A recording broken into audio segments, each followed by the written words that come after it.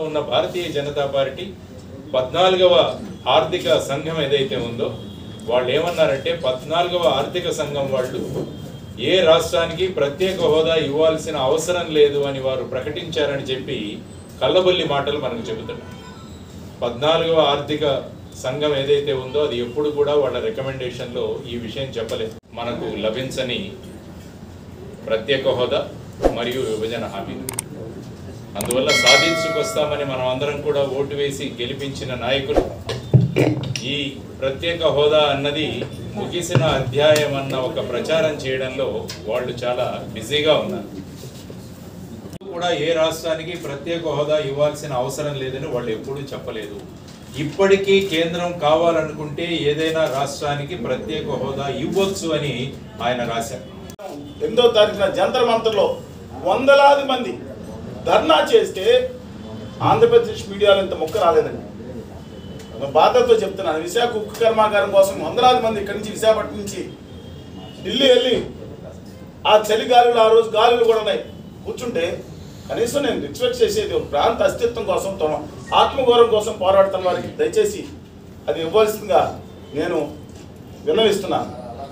Coming back to హోదా విభజన హామీల విషయంలో మరి కాంగ్రెస్ పార్టీ అందరూ మేము ఆమోదించుకుని మాట్లాడుకున్న తర్వాతే 7, 8, 9 తారీఖుల్లో ఉద్యమాలన్నీ పెట్టిన తర్వాత అకస్మాత్తుగా కొత్తగా వచ్చిన గౌరవ అధ్యక్షురాలు ప్రీపోన్ చేసుకున్నారు. వాళ్ళ విషయం అక్కడ ఆస్తి తగాదాలు కాదండి, అది ఉంటే వ్యక్తిగత తగాదాలను ఇంట్లో చేసుకోవచ్చు. రాహుల్ గాంధీ గారు ఆ రోజు ఇచ్చిన మాట మేము చూసాం. ఆయన ఢిల్లీలో మంత్రుల సభలో పాల్గొన్నాం.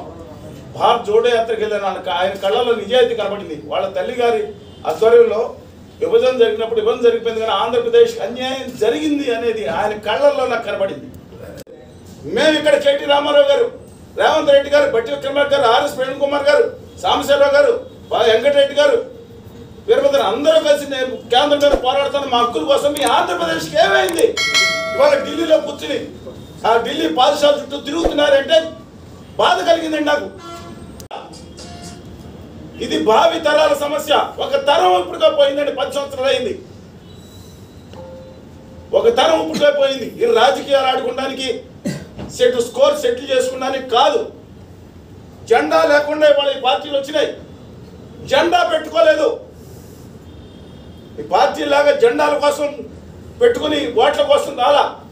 నిజాయితీతో ఉద్యమించే వాళ్ళందరూ ఉద్యమిస్తున్నారు. పెడతానని చెప్పి మేము ఆ రోజు అమరణ దీక్షలు ఉన్నాం. మీ అందరూ ఉన్నారు, మీ అందరు సాక్షిగా ఇక్కడే అమరణ దీక్షలు ఉన్నాం. నాయుడు గారు ఆఖరికి ప్రాణాపాయ స్థితిలోకి వెళ్తూ ఉండే సందర్భంలో ఆ రోజు అనౌన్స్ చేశారు. మోడీ గారు రాక ముందుగా అనౌన్స్ చేశారు ఏదో చనిపోతారని. మీరందరూ ఉన్నారు ఆ రోజు. కానీ నేను ఇక్కడ చెప్తాను చూడండి, కేకే లేని కొత్త వలస ఇక్కడ ఉందా రమ్మనండి, ఎవరైనా చూపిస్తాను. అక్కడ కాదు విశాఖపట్నం తెలియకపోతే రమ్మనండి. కొత్త వలసను తీసుకెళ్ళి రాయగఢ లైన్లో కలిపేశారు. కేకే లేని ఎత్తేసారు. 105 సంవత్సరాలు డివిజన్ ఎత్తేసి ఇక్కడ విజయవాడకి మిళితం చేసి ఇక్కడ మాకు పెడతారు దిక్కుమేళ కేంద్ర ప్రభుత్వం. డిఆర్ఎం ఇక్కడ రైల్ రోడ్స్ అన్ని ముఖ్యమైన డిఆర్ఎం చేయాలి, డివిజన్ రైల్వే మేనేజర్. అంటే విశాఖపట్నం ఉన్న లాజిస్టిక్స్ అందరూ విజయవాడ అంటే అక్కడ ఆల్రెడీ డివిజన్ ఉంది కదా. పైగా రాష్ట్ర ప్రభుత్వం మీద 27 ఎకరాలు ఇచ్చారు. రాష్ట్ర ప్రభుత్వం లోపం ఉంది. 27 ఎకరాలు ఇచ్చారు. 27 ఎకరాలు కట్టుకోవచ్చు కదా. 50 ఎకరాలు కట్టేస్తారు మినిమం మేట్గా తోసి పడేయటం. అప్పుడు వచ్చి చంద్రబాబు నాయుడు గారి మీద ఈ పోలవరం ఏటీఎం అంటాం. ఇప్పుడు వచ్చి జగన్మోహన్ రెడ్డి గారి మీద భ్రష్టాచార ప్రభుత్వం మీ ఇష్టం వచ్చి ఆడుకున్నారా? తోలు బొమ్మలాట అనుకున్నారు. ఇక్కడ మొట్టమొదటిగా చెప్తున్నా, అత్యంత విజయవాడ పొలిటికల్ రాజధాని కింద మనం ఎప్పటి నుంచి అనుకుంటున్నాం. విశాఖపట్నం చాలా చైతన్యవంతంగా కాస్మోపాలిటన్ సొసైటీ, విద్యార్థికులు అత్యధికంగా ఉన్నారు. అనంతపురం కానీ ఎక్కడ కానీ ఏ పోరాట స్ఫూర్తిలో తక్కువ లేదు. నేను ఒకటే చెప్పి చేస్తున్నాను, ఉత్తర భారతీయ జనతా పార్టీ అండుకొచ్చేసే కుట్రలు దయచేసి ఛేదించండి. ఈ తోలు బొమ్మలాట బంద్ చేయండి. గౌరవ మోష గారు